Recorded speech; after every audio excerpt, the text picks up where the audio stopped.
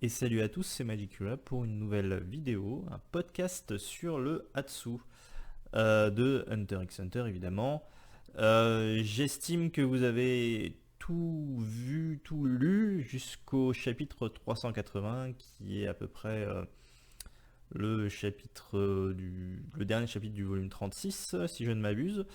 Et voilà, donc ne regardez pas forcément si vous ne l'avez pas vu jusque-là, parce que je vais spoiler essentiellement ce qui se passe justement dans le dernier tome.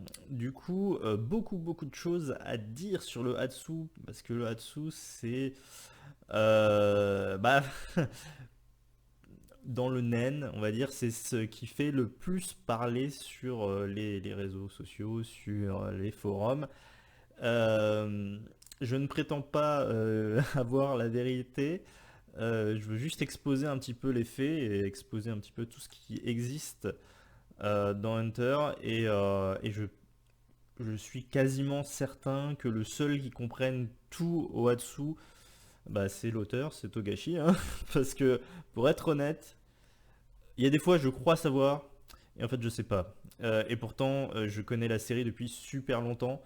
Et à chaque fois, je redécouvre des nouvelles choses.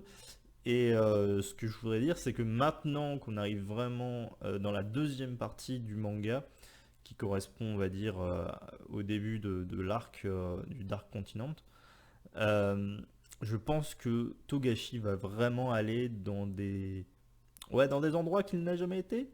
On a déjà eu le cas cette fois-ci avec le personnage de Camilla qui peut ressusciter autant de fois qu'elle le veut.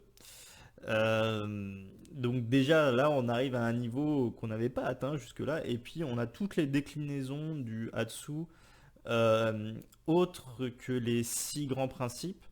Tout ce qui est genre l'île, type composite, etc. qui n'était pas du tout abordé jusque-là et peut-être qu'on va en apprendre un peu euh, plus tard sur les sigles divins, ce genre de choses, dont pour le moment on n'a pas encore idée et je pense que seul Togashi comprend tout. Même, je suis même pas sûr que ses assistants comprennent forcément tout ce qui se passe, ni son éditeur. Donc vraiment hâte de voir la suite. Et du coup, on va un petit peu parler de ça. Alors j'ai mis mon, j'ai mis le bureau pour que vous ayez un support visuel. Là, on est sur la version anglaise parce que donc le wiki anglais est le plus à jour, on va dire. Et désolé pour ceux qui parlent pas anglais, mais je vais essayer de traduire. Euh, alors pourquoi je parle pas de tout ce qui est Ten, Ren, Zetsu? Parce que je suppose que maintenant c'est assez compréhensible. Je veux dire, c'est les trois les plus simples, on va dire. Hatsu, c'est vraiment la catégorie complexe. Les trois autres sont assez simples et tout ce qui est, je sais pas si elles sont là, ouais, un peu plus haut peut-être. Tout ce qui est voilà, Shu, N, In, tout ça c'est assez compréhensible, même si des fois ça demande une petite réflexion. Je pense que maintenant tout le monde a à peu près compris le principe, le Ko, le Ken, tout ça. Euh, donc on va plutôt parler du Hatsu.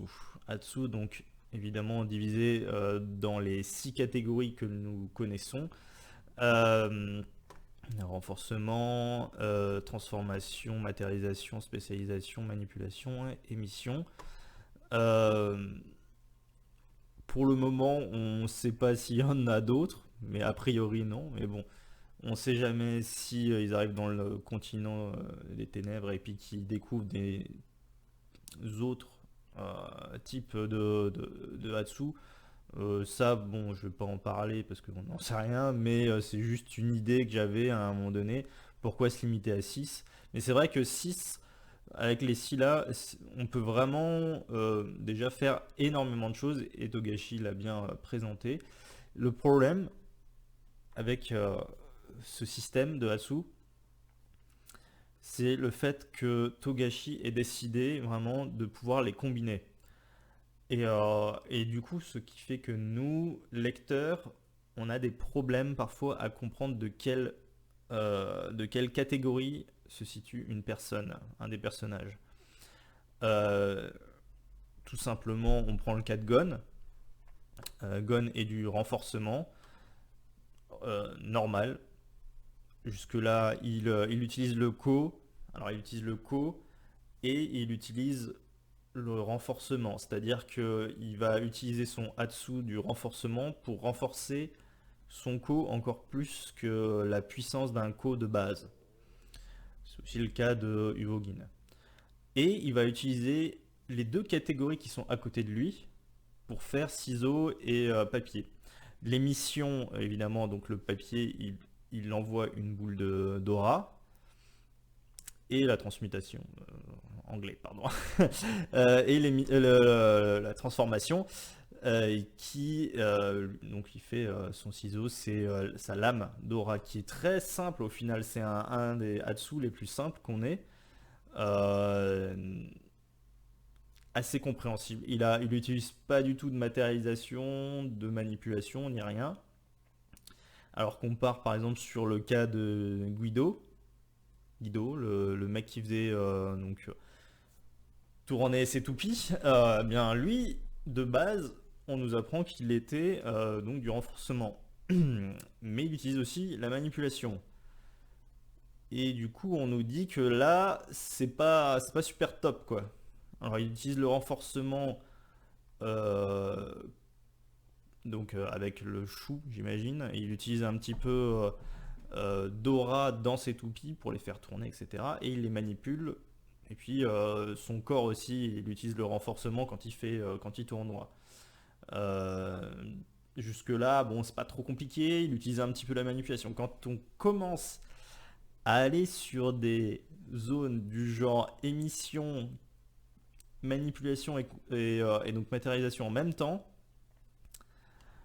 du genre laser, Trésor, c'est là où ça commence à devenir un peu plus compliqué et ça se bastonne un petit peu dans les forums parce que au final personne ne sait exactement ce qu'il en est et quand on regarde donc dans le wiki, si je vais sur émission,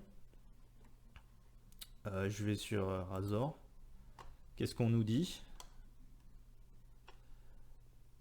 Type de naine émission. Ok, il est de l'émission, il fait une boule de naine pour tuer Bobopo. Et là, on nous dit que ces 14 diables, c'est émission et manipulation. Alors, on sait que Laser est de l'émission. On nous le dit. En plus, il fait tout ce qui est les cartes de Grid Island. C'est lui qui est l'expert en émission, pardon. Et il utilise la manipulation pour manipuler ces 14 diables autour. Mais ces 14 diables ont un aspect physique. Et cet aspect physique-là, pour moi, c'est de la matérialisation. Ils les matérialisent, ils peuvent être frappés. Et quand on remarque, par exemple, toujours pour le cas de l'émission, euh, Tochino, Sachimono Tochino, euh, lui, il est infusé d'aura, ces genres de poupées gonflables. Et là, en fait, donc ces poupées sont des personnages réels, enfin, on va dire voilà, du tissu, un truc comme ça, qu'il infuse d'aura. Ce qui est beaucoup plus logique pour de l'émission. Alors, et donc après, il utilise la manipulation qu'il utilise à, on va dire, 80%, un truc comme ça, en général. On nous dit bien que Tochino, il est de l'émission. Hop, je reviens, je suis allé un peu loin. Émission et manipulation. Jusque-là, tout est logique. Mais voilà, donc on a énormément de problèmes à déterminer certains des utilisateurs de Nen. Parce que on peut très bien dire que certains personnages sont du renforcement, machin, mais au final, quand on prend un peu de recul, est-ce qu'il est vraiment de base de cette catégorie-là?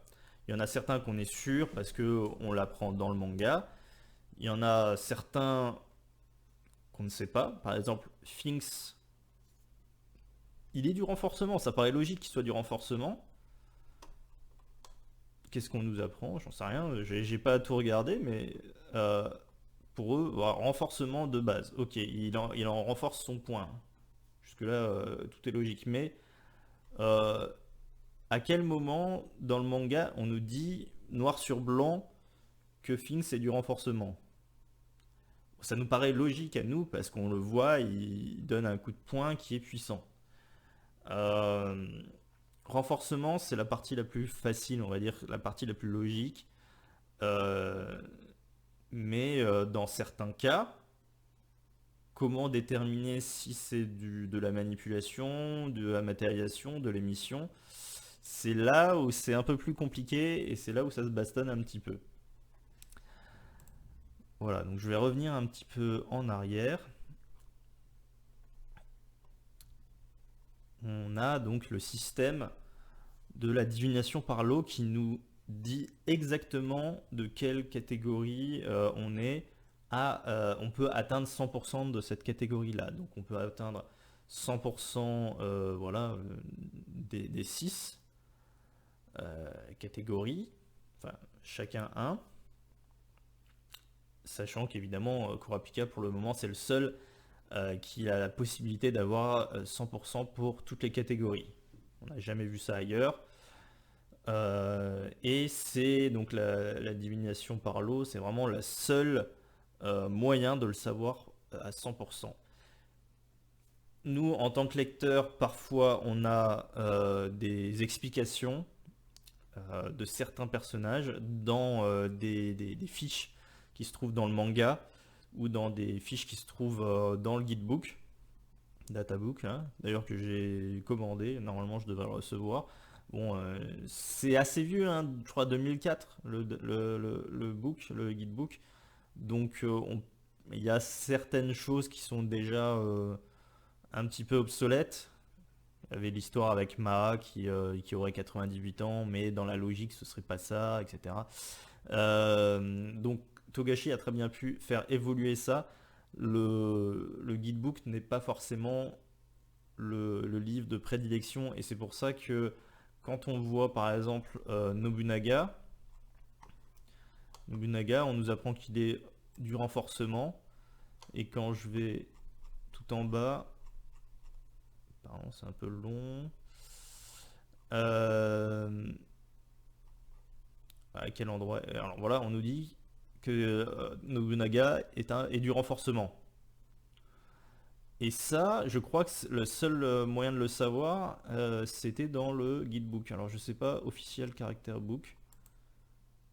Euh, Bon là je vois pas la référence, mais il me semble que Nobunaga, le fait qu'il soit du renforcement a été donné dans le guidebook. Euh, Tant qu'on nous, en tant que lecteur, on n'a pas vu le personnage utiliser son pouvoir, moi j'estime qu'on ne peut pas déterminer s'il est du renforcement. Euh, Même si c'est écrit dans un guidebook, pour le moment, j'attends vraiment de voir de quel type il est. Et c'est là où ça peut un peu clasher parce que on nous apprend que je crois Ma, donc l'arrière-grand-père ou l'arrière-arrière-grand-père de Kiroa, serait du renforcement. Mais ça, je veux dire, on l'a vu 2 fois dans le manga. Euh, Comment déterminer à 100% qu'il est de ça? Et alors du coup, évidemment, sur les réseaux, sur les forums, tout ça, ouais, Ma est plus fort que Netero, machin. On l'a jamais vu, quoi. Donc c'est là où c'est un peu dommage de vraiment se bastonner là-dessus, alors qu'on n'en sait rien du tout. Euh, voilà, donc il y a tout un panel de personnages dont les pouvoirs de Hatsu sont pas certains. Et à partir du moment où ça n'a pas été noté par Togashi, je pense qu'il vaut mieux pas s'avancer en disant qu'un tel serait plus fort que l'autre. Alors déjà, le fait que qu'on ait euh, des personnes sur Internet qui estiment qu'un tel est plus fort qu'un tel, les classements de pouvoir, je pense pas que ce soit très intéressant dans Hunter x Hunter. Parce qu'en effet, on a eu des 1 contre 1. On en a eu quelques-uns. Pas beaucoup, mais on en a eu. Euh, à ce moment-là, si on part du principe que ni l'un ni l'autre ne connaissent les capacités de l'autre, qui sont que par exemple t'es Kiroi contre, je ne sais pas moi, un type lambda tout nul de Grid Island par exemple, euh, Kiowa va le rétamer. On le sait, c'est logique, il est plus fort. Il y a une certaine échelle de puissance, mais pouvoir déterminer à 100%, oui, lui, il est meilleur que lui, qui est meilleur que lui, ça n'a pas vraiment d'intérêt d'un point de vue scénaristique euh, par rapport au fait que le Hatsu, on peut faire plein de choses avec.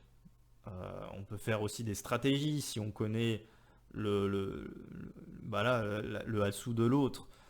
C'est là où ça devient intéressant. Si, imaginons que ce personnage tout pourri découvre de quel pouvoir, enfin de quel Hatsu correspond Killua, enfin, donc quel pouvoir il a, pardon. Euh, eh bien peut-être que ce mec-là pourra faire une stratégie pour battre Killua, bien qu'il soit tout en bas. Maintenant, on a en effet l'échelle de puissance de Biscuit qui nous dit que chacun a un niveau, on va dire, a des niveaux de puissance.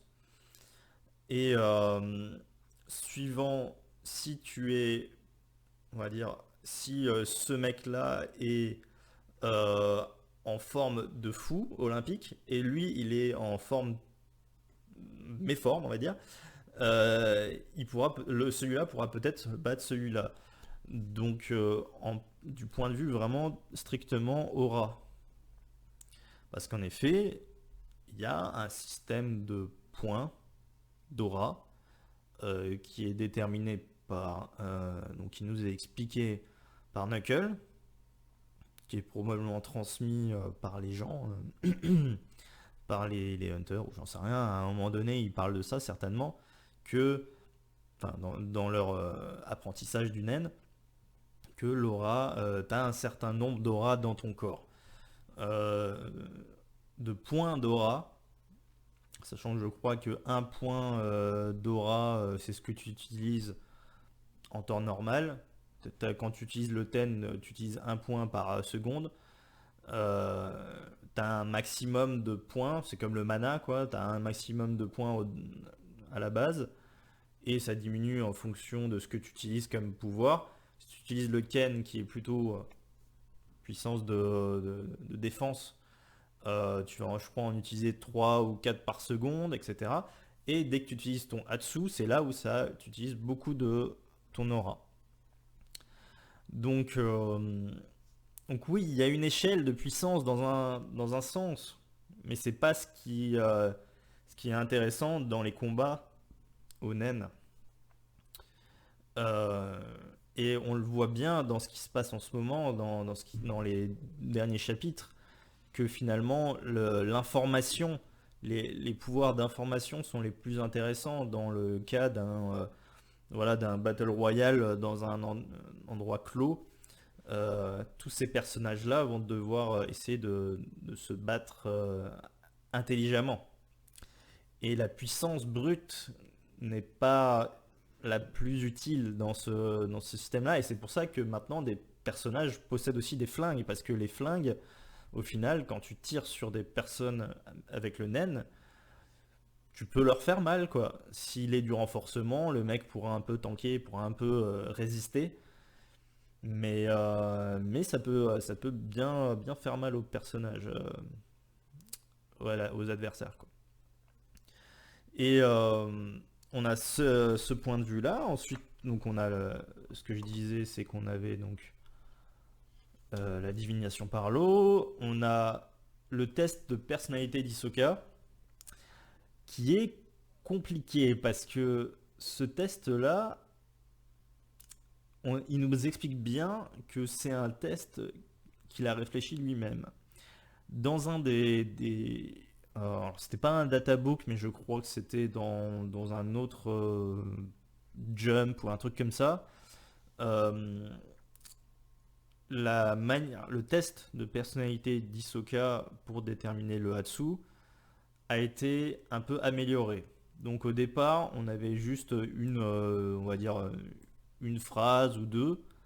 Et là vraiment, on a un petit peu tout ce qui est expliqué. Donc le truc, c'est que ça, je pense que vous pouvez le trouver sur le wiki français. Mais, euh, mais je pense qu'il faut pas non plus accorder trop d'importance à ça pour déterminer quel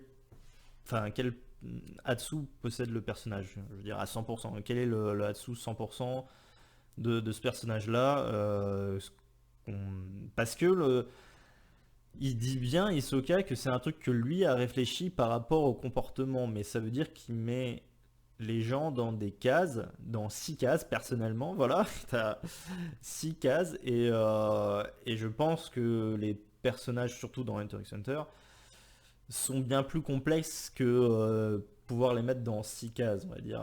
Soit le mec il est intelligent, soit il est impatient, soit il est machin. Je pense pas que. Enfin, ces personnages-là sont beaucoup plus complexes que ça. Et les personnages dans Hunter x Hunter aussi, on nous apprend que le Hatsu peut être déterminé par les actions que tu fais dans ta vraie vie et déterminé à la naissance. Donc au final, ça évolue quoi. Donc, c'est vrai que quand tu regardes un petit peu, il y a des schémas, des personnages qui ont en effet des mecs de la mission qui sont impatients, qui sont un peu énervés tout le temps. Mais quand tu vois Franklin, bon alors c'est vrai qu'à un moment donné il s'est un peu lâché, on va dire, quand il a tué tous les gens dans la salle de spectacle là. Mais sinon il est assez calme quoi. Donc est-ce que vraiment, dans la logique, il serait de l'émission? Dans la logique d'Hisoka? Pas forcément. Donc voilà. Je j'y accorde pas non plus trop d'importance tout en gardant un œil dessus. Parce que c'est intéressant, on peut essayer en effet de déterminer un peu grâce à ça les Hatsu des personnages. Et on a donc Furikov ou Yurikov, comme vous voulez, suivant comment c'est écrit, dans les derniers chapitres qui parlent de la manière dont il détermine le Hatsu par rapport à ce que les personnages font. Donc il disait, je sais plus, il a donc les renforcements et les transformations. Je vais y arriver. Ils ont un ten assez silencieux, voilà, qui passe autour de leur corps. Voilà, et au moment où ils attaquent, quoi, on va dire. Les missions, la manipulation, bon, ils ont d'autres manières de faire, etc. Lui, il a déterminé ça comme ça, et c'est une autre manière de déterminer le Hatsu. Je pense qu'il y a peut-être que lui qui sait faire ça. Il dit que voilà, les matérialisateurs, ça se dit, ont voilà, une aura qui est assez forte au niveau de l'endroit où ils activent leurs habilités. Donc par exemple, Kurapika, qui a en effet plus d'aura au niveau de sa main droite, puisque sa main droite c'est celle où il a donc ses chaînes, et sa main gauche il utilise en plus son flingue, donc ça paraît logique qu'on se dise que son Hatsu serait de la matérialisation. Enfin, ils sont assez loin de savoir de quoi il est capable. Euh, voilà. Donc ça, là j'ai déjà parlé d'un peu tout ça. On avait en effet Youpi, qui est clairement du renforcement, et qui lui, en termes de nombre d'aura, c'est lui qu'on sait qui en avait le plus. D'après la détermination euh, de Knuckle, qui disait que lui, il pensait qu'il en avait à peu près 700 000. Alors évidemment, le roi en avait en plus, mais en termes d'aura, on a cette échelle qui fait beaucoup débat, qui est l'échelle donc de euh, Youpi qui est à 700 000. Hétéro, on ne sait pas trop, machin. Donc les gens essayent de déterminer par rapport à cette échelle-là, par rapport au fait que Knuckle estime que Moro est à 70 000 et que Gon est à 20 ou 21 000 à un moment donné. Donc on a cette échelle-là et les gens vont sur Internet vont faire tout un classement de l'aura des gens grâce à ça. Mais évidemment, ça c'est oublier la, la- les facultés de Nen, le fait que tu puisses te faire tuer grâce à la stratégie. On l'a bien vu avec plein de personnages, avec Gon qui a battu Boomer avec la stratégie. euh, de toute façon, tous les gardes, enfin à part Pyto, les gardes et le roi se sont fait tuer par une bombe atomique, enfin bombe avec... voilà, c'était de la stratégie. Et bientôt, ce qui va se passer, ça va être vraiment dans la stratégie, là. Enfin, ce qui se passe en ce moment, c'est de la stratégie. Et je pense que les échelles de puissance vont peut-être être différentes au niveau quand on arrivera sur le continent des ténèbres, puisque là, on est censé avoir les personnages qui ont une plus grande maîtrise de leur aura. Et est-ce que le père de Gon se situe plus haut en termes de nombre d'aura que Netero? Je pense pas que ce soit le plus important à savoir. Parce qu'au final, qu'est-ce que c'est que la puissance? C'est ça la question, on se demande, ça n'a pas trop d'intérêt de savoir ça. Et de tous les personnages, par exemple, dans le cas du renforcement, tous les personnages qu'on sait qui sont techniquement du renforcement, euh, ou qu'on estime être du renforcement, on a Pamou, qui elle est du renforcement. On le sait parce que on l'a vu, elle fait quand elle utilise son Hatsu voilà, sur la tasse de café, t'as l'eau qui augmente, donc oui, elle est bel et bien du renforcement. Mais elle fait le Wing Blue, voilà, elle fait ça pour déterminer, pour voir les gens avec son truc là, son cristal. Elle fait Black Widow qui est du renforcement et alors ils disent manipulation. Oui, manipulation de ses poils peut-être, je sais pas, techniquement, ou ses cheveux, non, ouais, c'est ses cheveux. Bon, pourquoi pas, pourquoi pas, ok. Mais manipulation est vachement... Enfin voilà, euh, techniquement, 100% de renforcement, ça veut dire 60% de manipulation. Est-ce que vraiment elle est capable de faire ça avec de la manipulation? C'est là où j'ai un petit peu de mal à savoir. Autant, bon là ça va, c'est 60%, c'est faisable, mais quand il y a des personnages qui utilisent... ben, je reviens à laser, il est de l'émission, donc 100% d'émission. Il utilise la manipulation pour manipuler ces 14 diables. 80%, logique, ok, ça marche. Mais est-ce qu'il utilise la matérialisation aussi pour donner forme à ces personnages-là? C'est la forme, enfin, dans ce cas-là, il l'utilise à 40%. C'est pas beaucoup, c'est pas beaucoup. Peut-être pas suffisant pour créer quelque chose avec de l'aura. C'est là où j'ai un peu de mal à saisir si oui ou non ils sont de la catégorie. Enfin, ils utilisent plusieurs catégories en même temps, surtout qu'on a appris par Castro, enfin, dans le match Hisoka Castro, que Castro utilisait d'une part le renforcement, la manipulation et la matérialisation en même temps.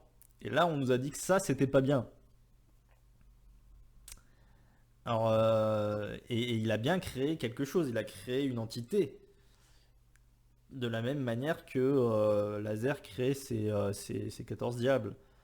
Donc, ouais, c'est une des zones d'ombre qu'on ne connaît pas trop et que je ne sais pas.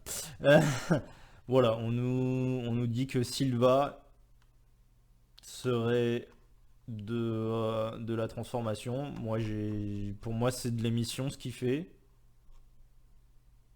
Ils mettent transformation et émission. C'est des boules d'énergie pour moi.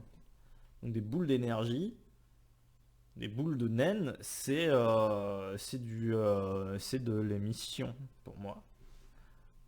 C'est là où j'ai un peu de mal à comprendre qui marque ça, qui a estimé que. Alors voilà, on va voir, ils mettent volume 11, chapitre 99. Bon bah il a créé, ouais non, c'est au moment du combat quoi. Il y a pas de vraie référence. Par exemple que ce soit noté quelque part dans un guidebook. Est-ce qu'ils le disent? Un officiel databook. Qu'est-ce qu'ils disent dans le databook?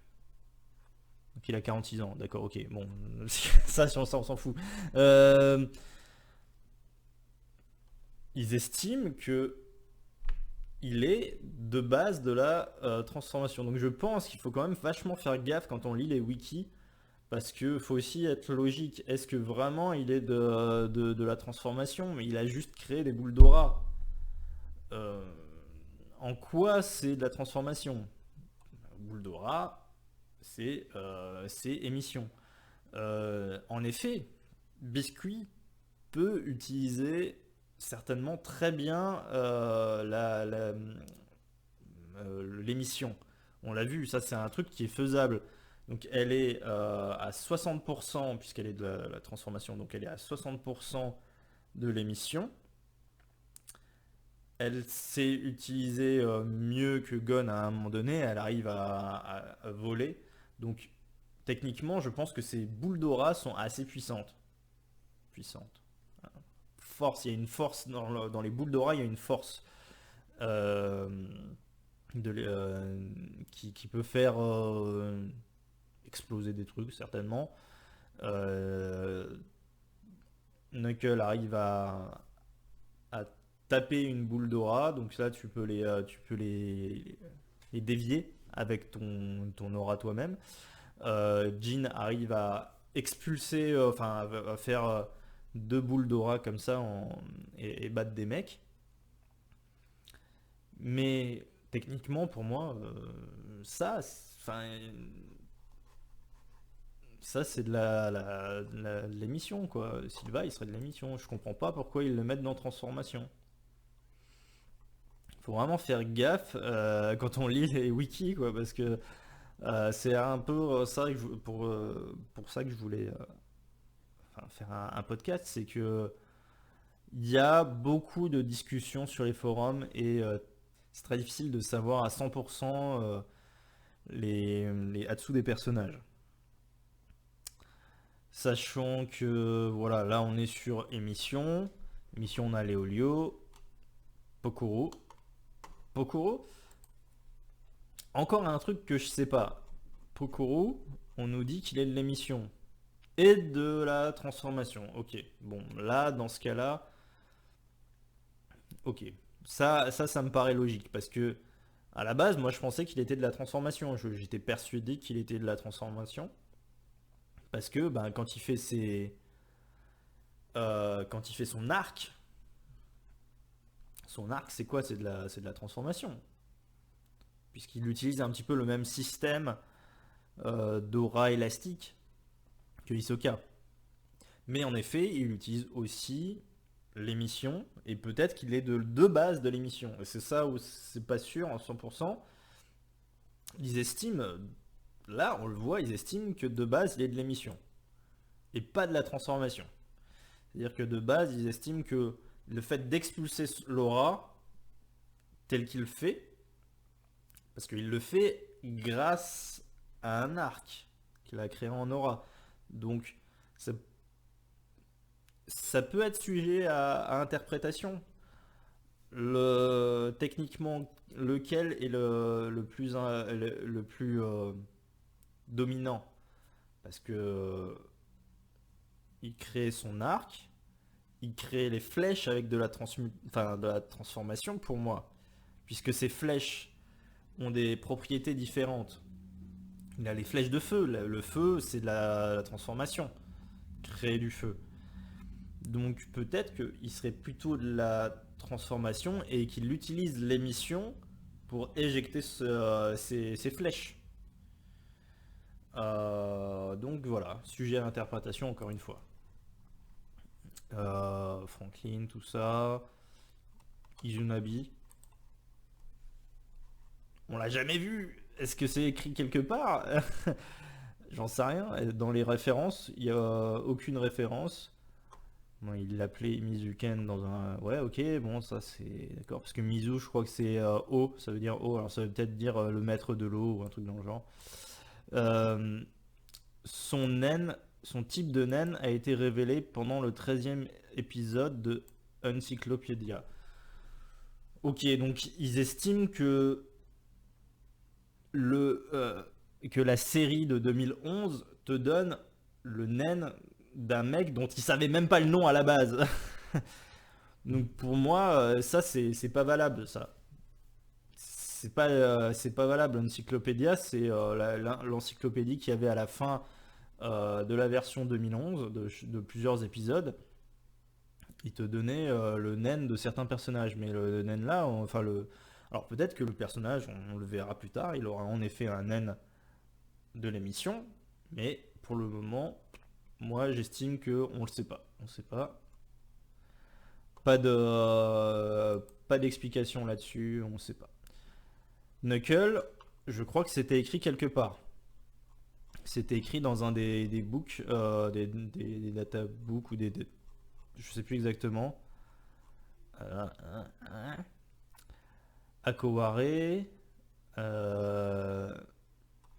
Nen, sa catégorie naturelle est de l'émission. Est-ce qu'on le sait dans les références? Est-ce qu'ils nous le disent? Il y a beaucoup de choses. Dans les références. Non. Il me semble que ça, alors je l'ai plus sous la main, mais il me semble que en effet, dans un des, euh, c'était pas dans un guidebook puisque le guidebook date de 2004, mais c'est dans des pages particulières du Jump ou un truc comme ça où ils expliquaient que Knuckle était voilà, de l'émission, mais pour créer Toritaten et Akoware, enfin et le Potclean, voilà. Ça, c'est bien des petits personnages qui ont été créés avec la matérialisation techniquement. Mais matérialisation, il est de l'émission, donc matérialisation, c'est loin. Autant émission, manipulation, c'est proche, mais là, c'est loin. Donc, est-ce que c'est le fait que ces petits personnages-là sont inoffensifs, grâce à ça, il a peut-être pu les créer, matérialiser, grâce à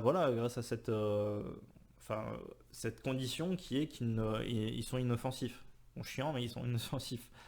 Euh, ou alors, c'est que grâce à l'émission, on peut donner une forme physique et visuelle à un objet ou à un petit monstre.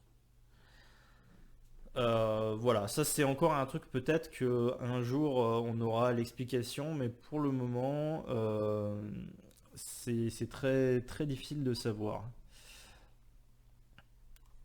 Émission et manipulation. Alors manipulation, oui, pourquoi pas, on utilise un peu la manipulation pour manipuler ses adversaires une fois qu'il est enfin, on manipule le petit bonhomme, ok. Oui, il a peut-être utilisé un peu au moment où il l'a créé, mais bon, je sais pas. Là, c'est encore une fois sujet à interprétation. Moi, je le mettrais. Enfin, si je crée le wiki, j'aurais mis type émission et c'est tout. Parce que le reste, ça, c'est vraiment sujet à interprétation, quoi. Est-ce que vraiment il utilise la manipulation?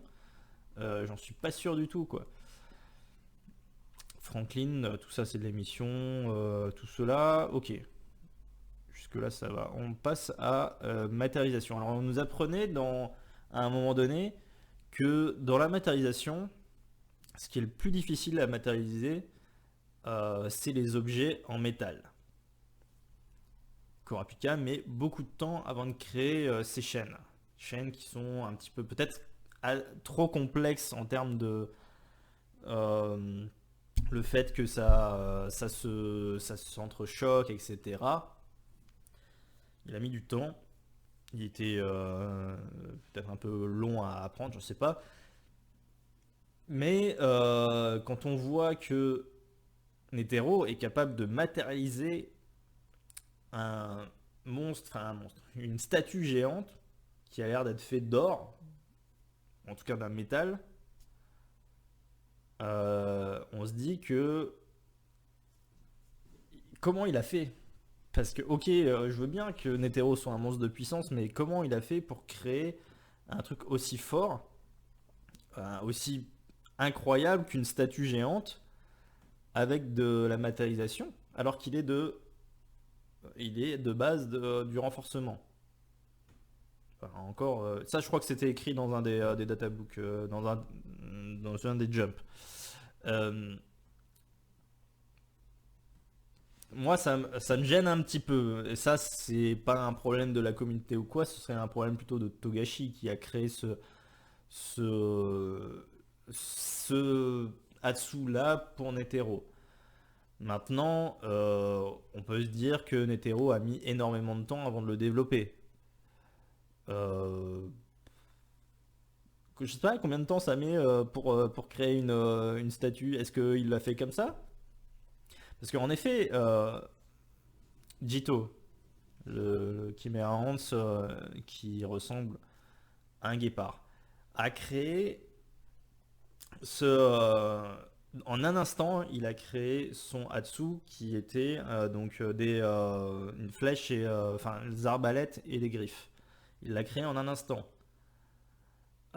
Maintenant, combien de temps tu mets pour créer une statue aussi grande? Est-ce que vraiment son Hatsu est du renforcement? Dans la logique, oui, il est du renforcement en hétéro. Mais à la base, moi j'étais persuadé qu'il était de la matérialisation. Parce que créer un truc aussi énorme, pour moi ça revenait à faire de la matérialisation. Même là, je suis pas sûr à 100% du fait que Netero soit du renforcement. Ça a été noté, ok, mais difficile à dire. Voilà.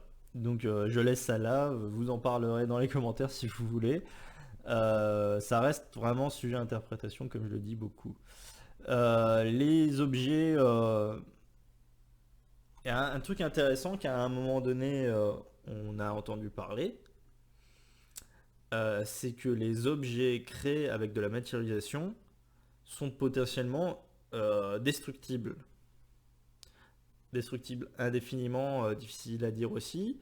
Mais on nous explique bien quand Kurapika conçoit ces chaînes que les chaînes peuvent être brisées. Brisées, est-ce que ça veut dire que exemple, on détruit un objet matérialisé avec une autre puissance, ou pas. Euh, Est-ce que l'utilisateur de cet objet-là pourra recréer plus tard, recréer une chaîne, par exemple, dans le cas de Kurapika, est-ce qu'il pourra créer une nouvelle chaîne à la place de l'autre, ou alors est-ce que, on va dire, une fois que le combat est terminé, il pourra remettre sa chaîne comme avant. Pas d'explication là-dessus. Est-ce que, en effet, Togashi a un peu oublié cette règle? Je ne sais pas. Euh, bon, je sais qu'il certainement il a des tableaux entiers avec des choses écrites, énormément de choses écrites dessus, mais bon, il peut avoir oublié des règles aussi, hein. Moi, je pense qu'il se relit plusieurs fois quand même pour savoir ce qu'il a déjà dit avant. Et Shizuku, si un jour, on va dire, Shizuku se bat contre Hisoka ou quoi, est-ce que Hisoka pourrait détruire l'aspirateur de Shizuku? Et dans ce cas-là, elle se retrouve sans Nen, sans Hatsu. Encore vraiment un point enfin, que j'aimerais connaître plus tard. Si on voit un jour un personnage qui a son, son objet matérialisé détruit.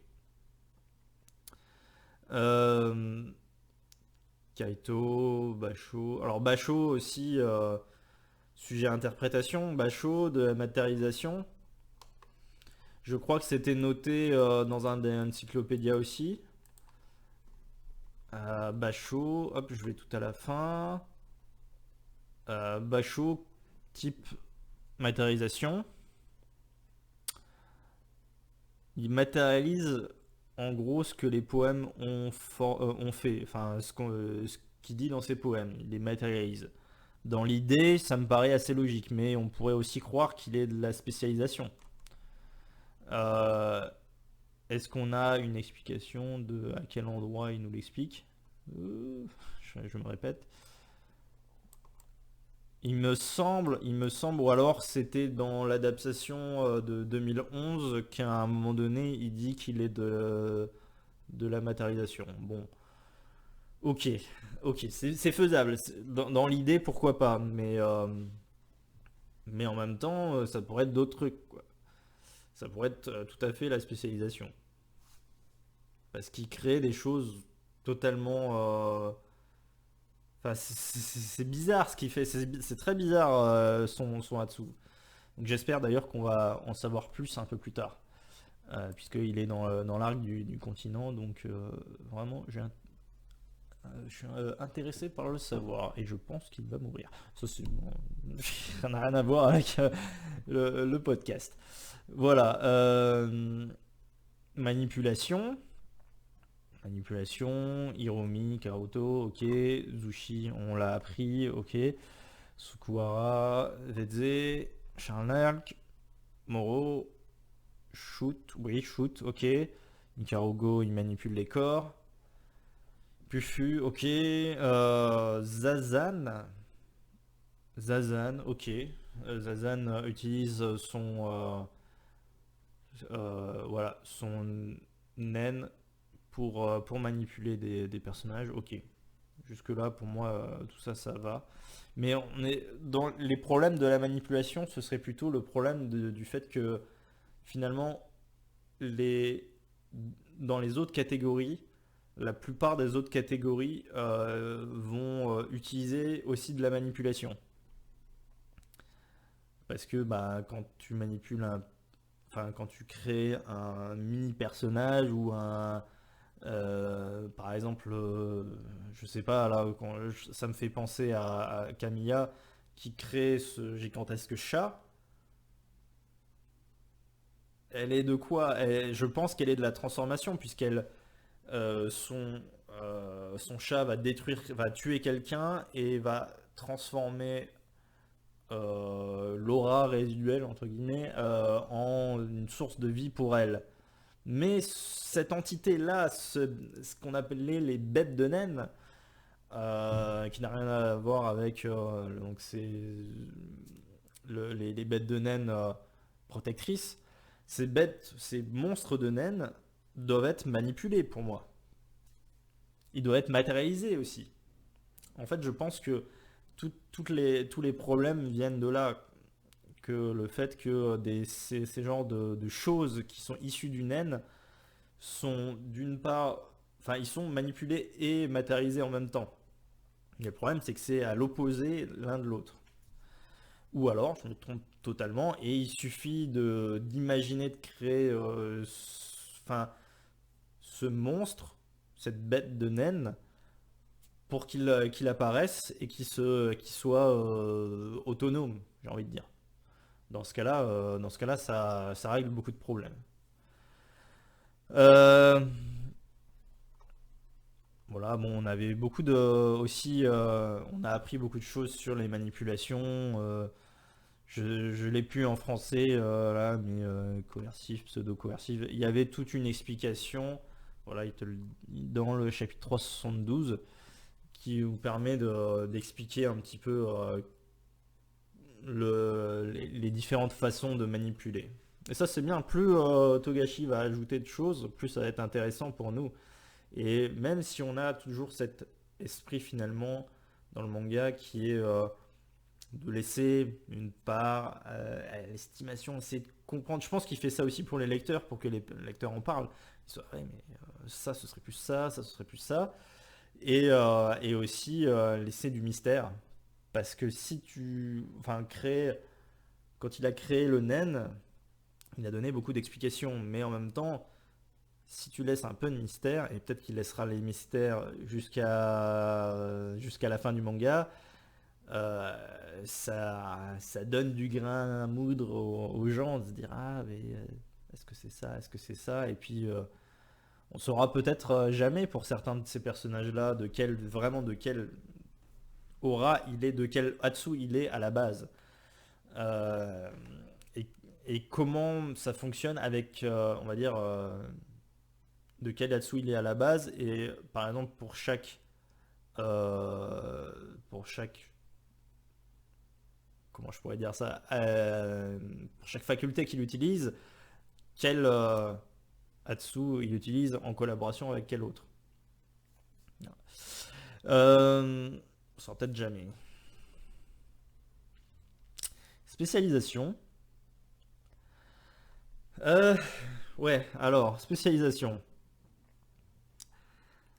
Le truc le plus compliqué, on va dire, parce qu'il fout un peu de tout et n'importe quoi dedans.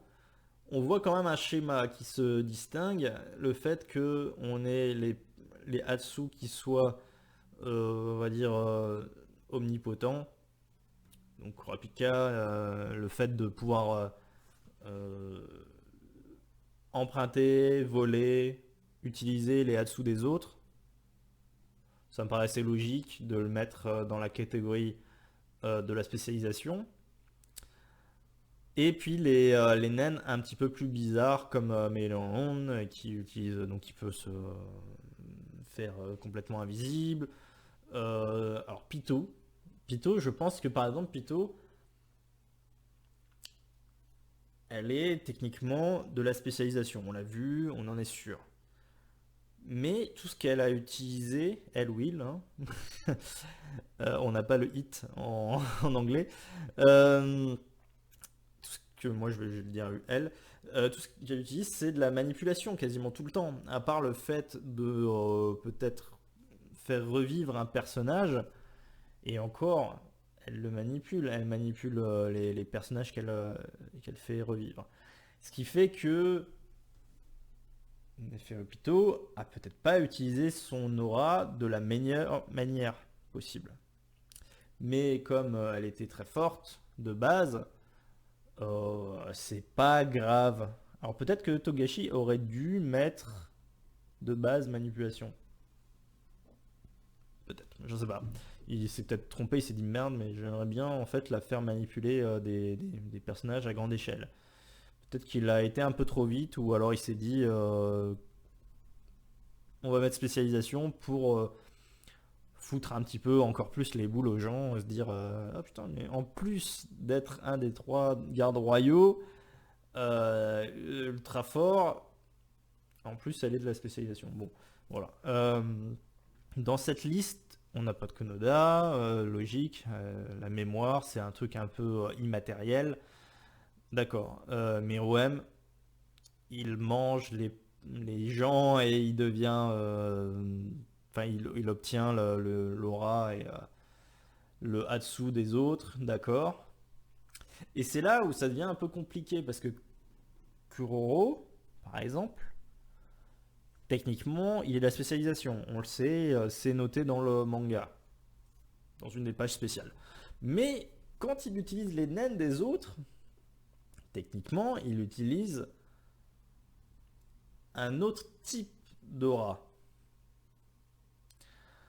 Donc à quel moment on dit que ok, t'as le droit d'utiliser les naines des autres, même si il est d'un type complètement différent. C'est pareil pour Jin. On sait, bon, pour le moment, Jin, on n'en sait pas beaucoup plus, mais Jin possède le Hatsu de Léolio. Comment il a fait ça? Vraiment, là, j'espère que Togashi a vraiment une explication en béton, parce que pour le moment, l'explication ne me convainc pas. Le fait de dire que quand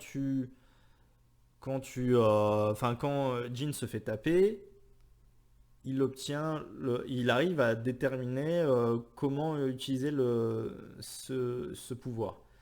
Euh, pour moi, c'est pas suffisant. Je pense qu'il y a un Hatsu derrière. Le Hatsu, par exemple, enfin, si c'est ce serait logique que ce soit de la spécialisation, mais c'est par exemple un truc du genre, grâce à ton Hatsu, tu arrives à comprendre les naines des autres, quoi. Par exemple, tu comprends tellement bien que tu arrives à les reproduire. Bon, à voir. Mais dans l'idée, pourquoi Kuroro est capable d'utiliser des pouvoirs qui ne sont pas du tout de sa catégorie? Est-ce qu'il arrive à les utiliser avec moins de force? Ou est-ce que le fait d'avoir plein de conditions pour récupérer donc ces genres enfin, ces pouvoirs-là, les pouvoirs des autres, euh, récupérer les pouvoirs des autres fait que tu as le droit de l'utiliser à 100% de sa capacité. Ça fait un peu cheaté, quoi. C'est ça le problème que j'ai. Autant Kurapika, c'est un peu plus complexe peut-être. Mais ça revient au même. Enfin, tous les personnages qui peuvent utiliser les pouvoirs des autres semblent pouvoir utiliser leurs pouvoirs à 100%. Léo, Léol, euh, ils estiment que c'est de la spécialisation parce que il arrive à utiliser le naine des autres. Spécialisation. Moi, au départ, je pensais que c'était manipulation ou matérialisation, mais bon. Ok, spécialisation. Euh, mais on est bien d'accord qu'il utilise, voilà, l'aura de Furata, qui est pareil, encore manipulation et matérialisation en même temps. Il arrive à l'utiliser à 100%. Donc, il semble logique de dire que les gens qui utilisent les pouvoirs des autres, ils l'utilisent grâce aux conditions et ils peuvent les utiliser à 100%, même s'ils n'ont pas du tout cette catégorie-là. Désolé, j'ai fait une petite coupure de quelques heures. Voilà, donc je reprends un petit peu. On parlait donc des spécialisations, de la catégorie spécialisation, et dedans, dans cette liste, on avait aussi Binolt. Alors Binolt, bon, ils l'ont mis en spécialisation. Alors techniquement, je suis assez d'accord.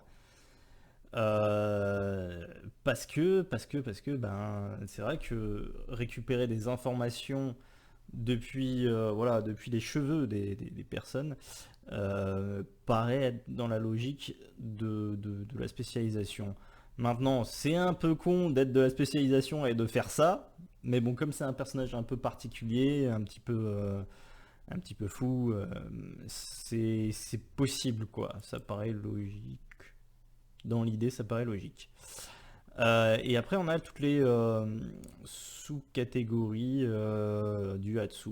Alors d'abord, je vais juste revenir sur deux, trois points. Je parlais de, de, de, de Silva. Silva. Alors Silva, j'aimerais bien retrouver Silva. Je sais pas si dans dans ce encyclopédia, est-ce qu'on voit son N actif?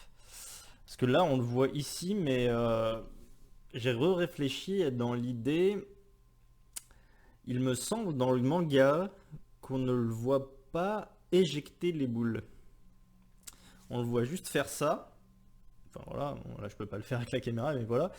Euh, donc il y a des boules qui arrivent autour de lui et en fait il fait juste comme ça et on ne voit pas les boules s'expulser. Dans ce cas-là, ce serait de la transformation. Dans l'animé, ils l'ont présenté dans l'animé de 2011 comme étant de l'émission. Et là, dans le...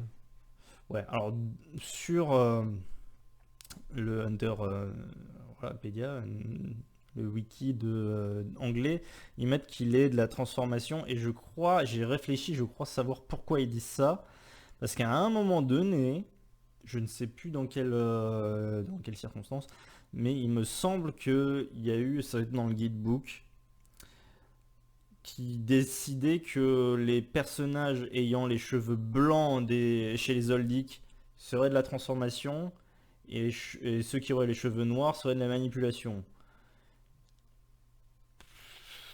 Oui, oui, bon alors c'est toujours difficile à savoir. Moi, je veux bien, mais ça, j'ai jamais su si c'était vraiment quelque chose qui a existé à un moment donné dans le guidebook ou si c'est un truc que les gens ont décidé plus ou moins et ça s'est passé, ça s'est transmis un peu partout. Donc, toujours est-il que pour le moment, transformation, j'ai toujours un petit peu de mal à y croire. Pour moi, ce serait de l'émission, mais voilà, je voulais juste revenir là-dessus. Aussi, je voudrais revenir aussi sur les facultés. Alors, j'estime qu'un Hatsu peut se décliner en plusieurs facultés. On prend le cas de Gon. Gon a trois facultés, donc papier, ciseaux et pierre. Quand on prend Kurapika, il en a beaucoup plus. Il en a 5, au moins une par chaîne. Plus en plus avec la chaîne de l'index, il permet de récupérer voilà, les Hatsu des autres et donc de pouvoir utiliser des Hatsu et même donner des Hatsu à d'autres personnes. Donc par exemple comme on l'a vu avec le Oito. Mais à quel moment on dit que ça s'arrête ça? Combien de facultés les personnages peuvent avoir? Est-ce que plus on a de facultés, moins c'est efficace? Parce que Hisoka il en a eu que deux. Alors le truc c'est que peut-être que quand... Enfin moi, dans la logique, moins tu as de facultés, plus tu les utilises bien, tu sais bien les maîtriser. Mais en même temps, quand on voit ce que fait Kuroro, il est très fort avec tout un tas monstrueux de facultés en même temps. Mais c'est surtout de savoir si utiliser, enfin, le nombre d'auras, si on calcule comme Knuckle, euh, combien d'auras on dépense quand on utilise une faculté. On sait que Gon utilise je sais plus, je crois que c'est 3000 ou 4000 de points d'aura quand il utilise le Ko avec le renforcement. Mais ça paraît logique parce que c'est voilà, on met énormément de puissance dans le point. Est-ce que quand on utilise, enfin quand n'importe qui d'autre utilise sa propre faculté, est-ce que ça utilise autant d'aura que ça? Je pense pas. Je pense que ça utilise un certain nombre d'aura. Matérialiser quelque chose, on consomme de l'aura. Manipuler, on doit consommer de l'aura, mais à quel degré? Est-ce que vraiment dans le manga, on va retomber là-dessus? Est-ce qu'un jour Togashi va nous dire, voilà, lui, il a dépensé tant d'aura? Peut-être qu'il a mis ça juste pour poser et en fait, peut-être qu'il l'a fait uniquement pour l'arc des Chimera Ants, pour prouver, à partir du moment où il a dit que Yuppie était à 700 000, pour prouver que d'un point de vue nombre d'aura, enfin les Chimera Ants étaient bien au-delà des Hunters. Euh, Peut-être que c'est juste un effet scénaristique et qu'on n'en entendra plus parler par la suite. Mais, euh, mais ça, on n'en est pas sûr. Et est-ce qu'un jour ça va revenir? J'aimerais bien savoir. Parce que au final, on a vu qui? On a vu Gon, qui a utilisé énormément d'aura et qui est arrivé au bout du bout. Et il a donc son maximum d'aura était arrivé. Enfin, il a utilisé toute son aura contre Knuckle à un moment donné. Et il n'a plus pu utiliser Dora du tout, donc plus de Hatsu, plus rien du tout. Ça, c'est pas le seul personnage qu'on a vu être en rade de Dora. Je pense aussi à Momodze, la 12e prince, qui s'est retrouvée dans la situation où bon, bah, elle maîtrise pas le nen, donc elle pouvait pas savoir exactement ce qui se passait, mais euh, sa propre bête de naine spirituelle euh, a été consommé toute l'aura de Momodze, qu'elle devait pas avoir beaucoup, elle devait pas avoir beaucoup d'aura en elle, et Momodze s'est retrouvé enfin très fatiguée, donc sans aura, et elle a pas pu comment dire, enfin la bête de naine n'a pas pu protéger Momodze au moment où elle en a eu le plus besoin, au moment où elle s'est fait tuer en fait. Donc ce serait bien que Togashi revienne un petit peu sur cette notion de quantité d'aura. Est-ce que les facultés consomment énormément? Est-ce que suivant le type de la faculté, ça consomme plus ou moins? Et aussi, combien de facultés on peut avoir en même temps? Je parle de, donc, par exemple, comme je disais, avec Kurapika qui a toutes ses chaînes, ça lui fait pas mal de facultés en même temps, et ça, c'est ses facultés à lui. C'est vraiment, c'est pas, je parle pas de comme Kuroro qui en a des dizaines en même temps, parce que lui il les a volés, mais là, Kurapika, il a au moins 5 facultés en même temps. Euh, Est-ce que c'est parce que il utilise les conditions qu'il peut en avoir plus? Euh, Parce que la plupart des personnages, on les voit qui ont 2, 3, pas plus quoi. Il y en a même qui en ont qu'une, ou alors on les connaît pas. Ça aussi, on nous apprend que les personnages de la Brigade Fantôme font toujours super gaffe à pas montrer toutes leurs facultés, mais combien ils en ont par personne. C'est intéressant à savoir, c'est des choses dont les gens parlent souvent sur les forums. Voilà, et donc on a les sous-catégories des Hatsu qui sont là. Alors, j'en avais parlé pendant une de mes reviews, je pense que c'était une des dernières. J'essaie de retrouver ça. Voilà. On nous parle des clones. Alors les clones, on a Hanzo Tufdi, donc c'est celui qui a tué Momodze. Et il pense que Castro pourrait être aussi considéré donc, comme un clone. Donc c'est pas des catégories officielles, on va dire. C'est des catégories qui sont un petit peu, ils disent reconnaissables. On va dire des catégories dont les gens ont l'habitude d'utiliser. Enfin, on va dire Il y a beaucoup de gens qui vont faire, par exemple, de la... comment on appelle ça, se télétransporter, des trucs comme ça. Ce sera pas tout le temps la même manière de le faire, mais ce sera le même résultat, si je puis dire. Hanzo et Tuffdy, les clones sont quasiment les mêmes, si ce n'est qu'ils n'ont pas utilisé le même type de naine, quoi, en fait. Tuffdy, c'était matérialisation, je crois, et Hanzo, ouais, voilà, c'est ça, ils disent matérialisation et manipulation. Hanzo, ça doit être de l'émission. Et c'est là où c'est un peu plus complexe, tout ce qui est les nouveautés qu'on a depuis le nouvel arc qui concerne les bêtes de naine protectrices.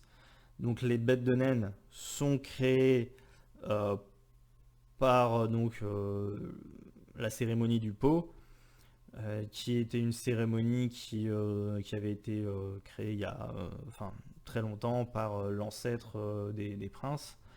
Donc le mec a matérialisé un pot, et en gros à la base c'était peut-être déjà un naine collaboratif. Et finalement le pot se transmet de génération en génération, et le naine reste actif tout le temps. À partir du moment où j'imagine que la tradition n'est pas brisée, à chaque fois qu'il y a euh, des voilà plein de princes, il faut qu'il y en ait un qui survive, et du coup le dernier survivant garde sa bête de naine et reçoit le trône. Et je pense que tant que ces conditions-là sont réunies, ça peut continuer indéfiniment. Peut-être que d'ailleurs dans le manga, ils vont trouver un moyen d'arrêter ce nen, quoi. C'est ce que Kurapika voudrait bien faire. Est-ce que d'ailleurs, si tu te barres, si personne peut t'atteindre, est-ce que ça arrête le truc? Je sais pas. C'est certainement des choses dont on entendra parler très fortement plus tard. Euh, et du coup, on a ces bêtes de naine de type parasite, et dans ces bêtes de naine, chaque bête de naine possède aussi des capacités. Donc on est sur un arbre assez complexe de choses qui se passent. Donc on est naine parasite, création par la matérialisation de bêtes de naine, et toutes ces bêtes de naine là possèdent des trucs différents, quoi, des capacités différentes. Et chacune d'entre elles, enfin il y en a qui sont plus simples que d'autres, alors j'imagine que c'est en fonction de l'aura, et il disait que c'était aussi en fonction du mec, quoi, de la personne, du prince. Euh, donc par exemple, Momodze avait ce petit genre de nounours qui manipule les gens. C'est assez simple, mais on a Tsubepa, ou Tubepa, comment vous le dites, qui a collaborative type. Alors, je relis mes notes. Voilà, c'était celui-là donc il a besoin d'un partenaire, c'est-à-dire les scientifiques, pour créer certainement des bombes ou des trucs comme ça, ou des trucs euh, grâce à son monstre de naine.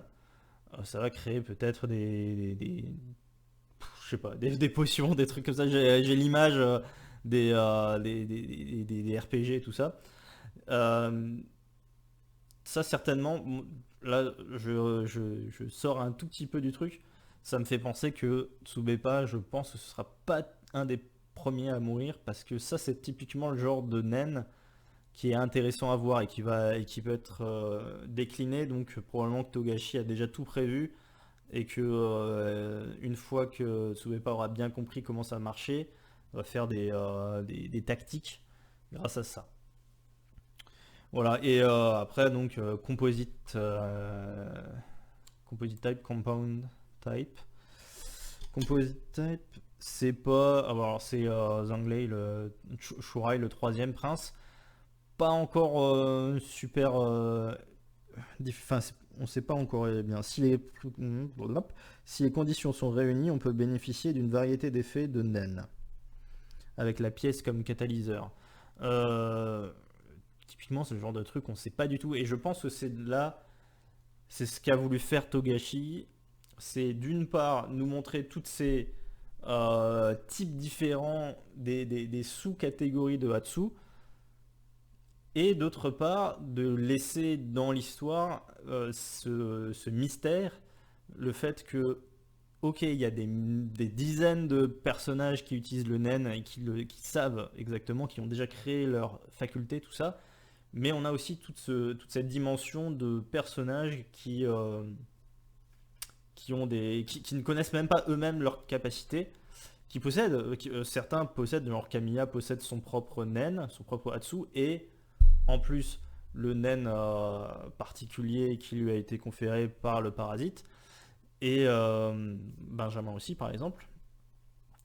Mais ça permet pour le lecteur d'avoir cette zone d'ombre où on ne sait pas exactement ce qui va se passer, et même les personnages eux-mêmes ne savent pas, donc ça peut avoir cet effet un petit peu dingue. On ne sait pas ce qui va se passer, et donc nous donner un petit peu de mystère et nous donner envie de connaître la suite. Ça c'est logique. Et on a type contre-attaque. Alors en effet, Kamiya est un type contre-attaque, ça on nous le dit. Baby Maina. Baby Maina, on le sait parce qu'à un moment donné, on nous le dit, mais je crois que c'était Benjamin qui en parle avec son commandant. Mais on sait pas exactement ce qu'il a. C'est vachement utile, je pense, vraiment. Ils mettent Feitan avec, je suis assez d'accord. Type contre-attaque, on t'attaque, et puis ça a un effet. Mais ça, c'est vraiment des sous-catégories, c'est-à-dire qu'on réunit plein de personnages. Ça n'a absolument rien à voir avec les 6 catégories d'aura. Tu peux avoir Feitan qui est de la transformation, et Maina qui serait de la manipulation, mais ce serait peut-être de contre-attaque. Ouais. Moi, si on m'attaque, je peux avoir créé un type de contre-attaque qui manipulerait le personnage en face, peut-être. Voilà, ils mettent aussi donc curse les malédictions. Voilà, bon, ils parlent de la Judgment Chain. Le Akowari, c'est le. Pourquoi ils disent Genzo Countdown? Oui, Countdown, oui, c'est vrai que le Countdown, avoir une bombe sur la poitrine, oui, c'est vrai que c'est pas non plus top, c'est une malédiction, on peut considérer ça. Ouais, ça n'a pas. Enfin, on n'en entend pas vraiment parler. Ils mettent la version japonaise, Noroi, mais je pense pas que c'est un truc. On peut le considérer comme une application du Hatsu, mais ça, c'est plutôt une idée, un concept qui n'est pas techniquement vraiment dans le manga, quoi. C'est juste un truc qui est logique. Voilà. Koware, quand il passe à Toritaten, tu peux plus utiliser ton N. C'est une malédiction. Malédiction qui doit pouvoir être conjurée par les exorcismes, c'est l'effaceur de Nen. Dont il parle en dessous, Ina Bengane. Ils mettent Nanika, alors ça j'en ai déjà parlé de ça, mais Nanika pour le moment, tant qu'on ne sait pas plus sur le Nen, enfin sur Nanika, je préfère pas m'avancer en disant qu'elle fait du Nen. Elle fait peut-être un truc particulier relatif à AI. On en a déjà parlé plusieurs fois. Diffusive Levy Type, Scattering Collecting Type. Alors, laissez-moi revoir un petit peu ça. C'est Tyson, c'est ça? Ouais, Tyson. Récupère l'aura de multiples cibles et il la collecte. On ne sait pas encore exactement à quoi ça va correspondre, mais en effet, Je crois on n'a jamais vu d'autres personnages que Tyson faire ça. Encore une fois, ça peut être n'importe quel type de Hatsu qui fait ça. Pour le moment, ce serait peut-être plutôt de la manipulation, mais ou absorber l'aura, ouais, difficile à dire aussi. Je passe très vite là-dessus. Bon, bah, il parle des bêtes de naine, et c'est là où il parle la différence entre les bêtes de naine dont je parlais et les bêtes de naine spirituelles, Guardian Spirit Beast, euh, qui sont issus bah, du pot et de type parasite. Euh, voilà, je sais pas ce ils en disent là, je crois que je l'avais lu il y a longtemps. Ils ont des apparences anthropomorphiques ou animales. Euh, Ils disent que c'est plutôt généré par l'émission et contrôlé par la manipulation. Mais ça, c'est typiquement le genre de truc dont je doute. On ne sait pas exactement. Ils en parlent dans le wiki, mais on ne sait pas exactement comment ça marche. Et je m'avancerai pas là-dessus. Voilà. Razor, Knuckle, Noussé. Noussé, c'est les petites. C'est le genre de. Le naine, les hiboux là. Et typiquement, Noussé, il a un naine. À un moment donné, il a ça, ouais, Secret Window. Son naine, pour moi, ça c'est de la transformation.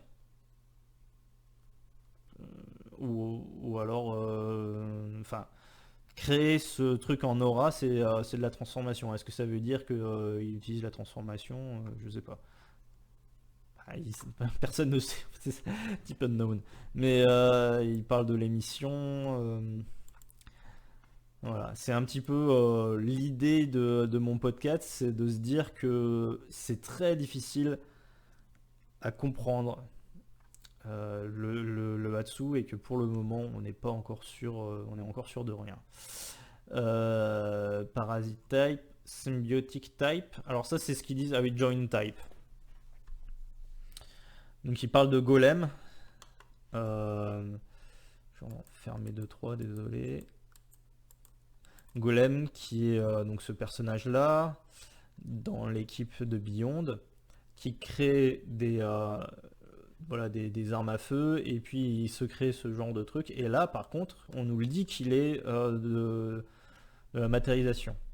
C'est logique, il crée des armes en métal en plus. Alors, on en a parlé tout à l'heure, en métal.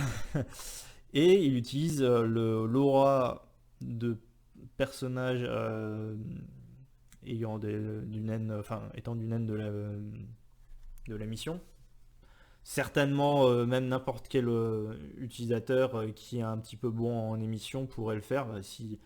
Euh, si un personnage comme Jean peut rentrer dans le mec, il arrivera très bien à tirer des boules d'aura.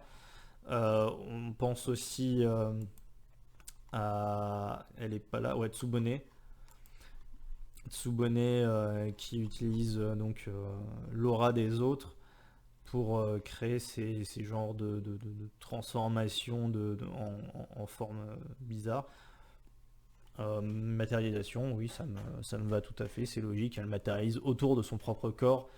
Bah c'est genre, elle-même, elle modifie son propre corps pour créer des motos et machin. On verra si elle en a d'autres. Bah, ils disent Seven. Seven Transformation. Oui, je crois qu'on en parle dans le manga aussi, ouais. Parce que ça, c'est le nom de base de la faculté. Et après, donc le nom de la faculté est en bas, ou en haut, je sais plus. Et en bas, il y a la deuxième description du truc. C'est comme ça qu'on sait que certains personnages ont des facultés. Bah, si je reviens sur, pardon, je reviens sur Vedze, qui possède un N de manipulation et il y a écrit 180 minutes Love Slaves. Love Slave, donc esclave de l'amour pendant 180 minutes.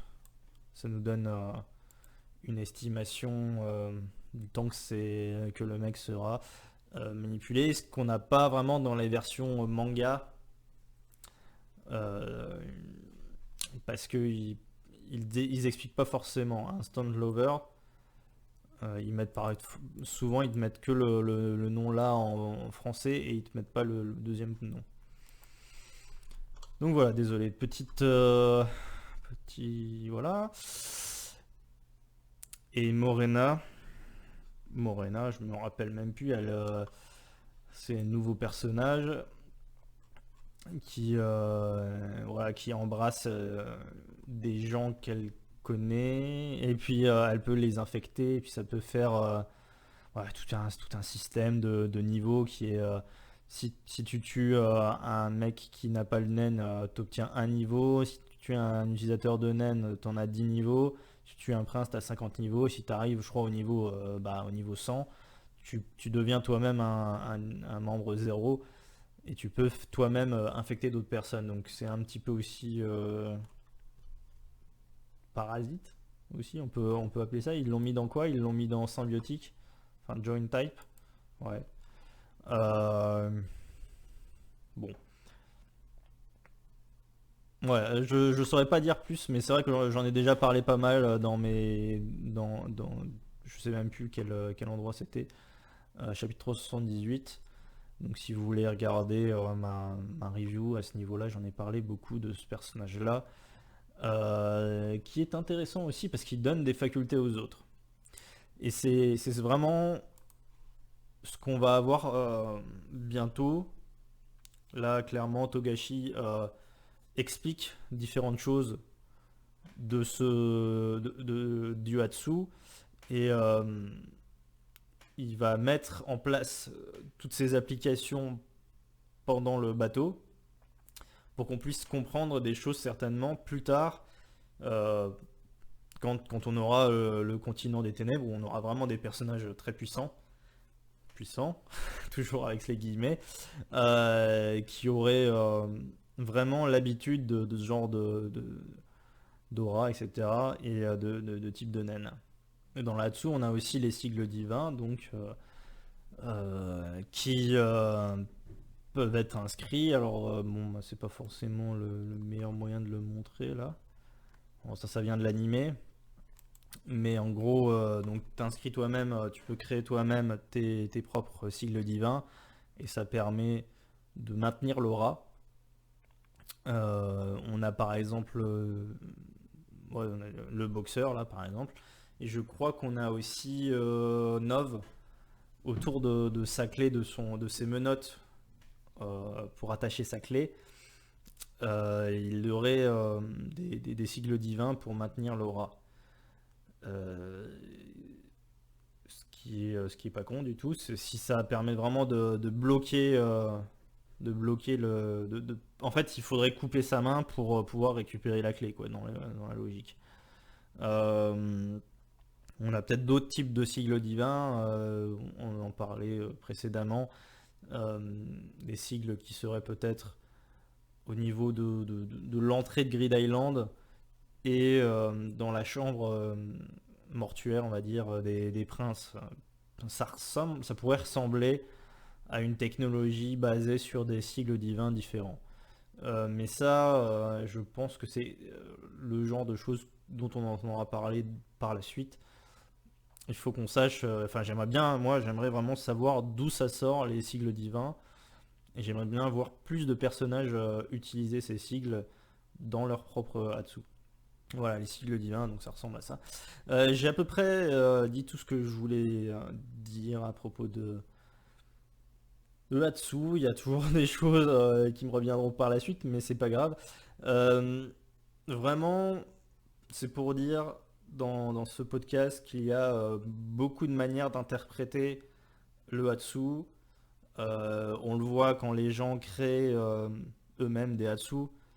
Je pense que le seul qui possède toutes les clés pour comprendre c'est Togashi, hein, pour comprendre le nen.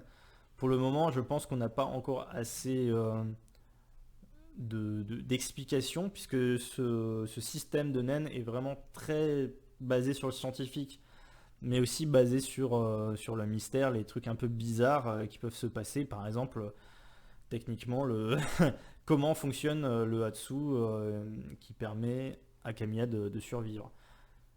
On peut dire que ça va certainement arriver de plus en plus. On a en effet Hisoka qui est revenu à la vie grâce à son propre Hatsu. Est-ce qu'on en a eu d'autres? Je sais plus. Enfin, les Hatsu des morts sont aussi. Enfin, le Nen des morts peut être très puissant. Donc, ça me paraît pas illogique qu'on puisse faire revivre quelqu'un. Et quand Hisoka est revenu à la vie, il a même absolument rien dit. Bon, il a l'air d'avoir juste fait un blackout et puis il se souvient de rien, quoi. Bon, bah, il est mort, quoi. Il est mort. Après, l'idée d'avoir un enfer, un paradis, pour le moment dans Hunter x Hunter, on n'en parle pas du tout. Je crois si peut-être un petit peu dans les cartes de Grid Island, il y a peut-être des histoires à ce moment-là. Ouais, je sais plus. Euh, Carte de Grid Island intéressante à parler aussi pendant que j'y pense. Euh, qui sont donc des objets créés par différents utilisateurs de Nen. Ils disaient qu'ils étaient à peu près 11 de mémoire. Ce qui fait pas beaucoup pour créer un jeu comme celui-là. Et justement, je suppose que les cartes en fait, ils sont peut-être couverts de sigles divins ou un truc comme ça. Qui leur permet de... Ou alors ils ont créé les cartes avec la matérialisation, mais ça veut dire que dans ce cas-là, tu peux créer des objets toi-même, utilisables par les autres, et qui n'est pas un Hatsu à toi. Encore un truc à éclaircir de la part de Togashi, on aimerait bien savoir ce qu'il en est. Est-ce que le fait d'avoir fait cette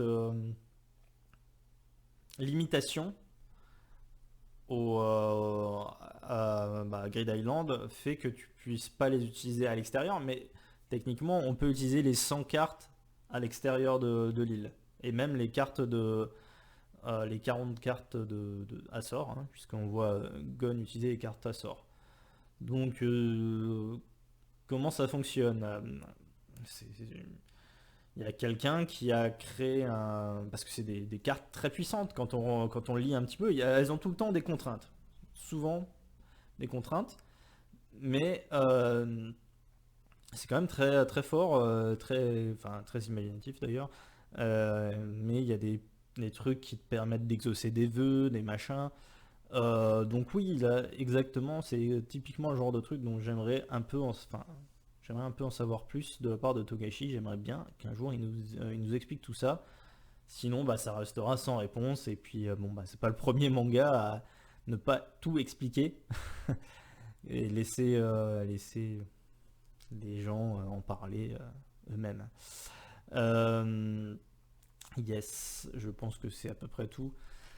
Voilà, bah merci d'avoir suivi ce podcast et je vous dis à bientôt. N'hésitez pas à me dire si ça vous a plu et à parler dans les commentaires. Je pourrais un petit peu discuter avec vous de tout ce que je viens de dire. Merci et bye bye.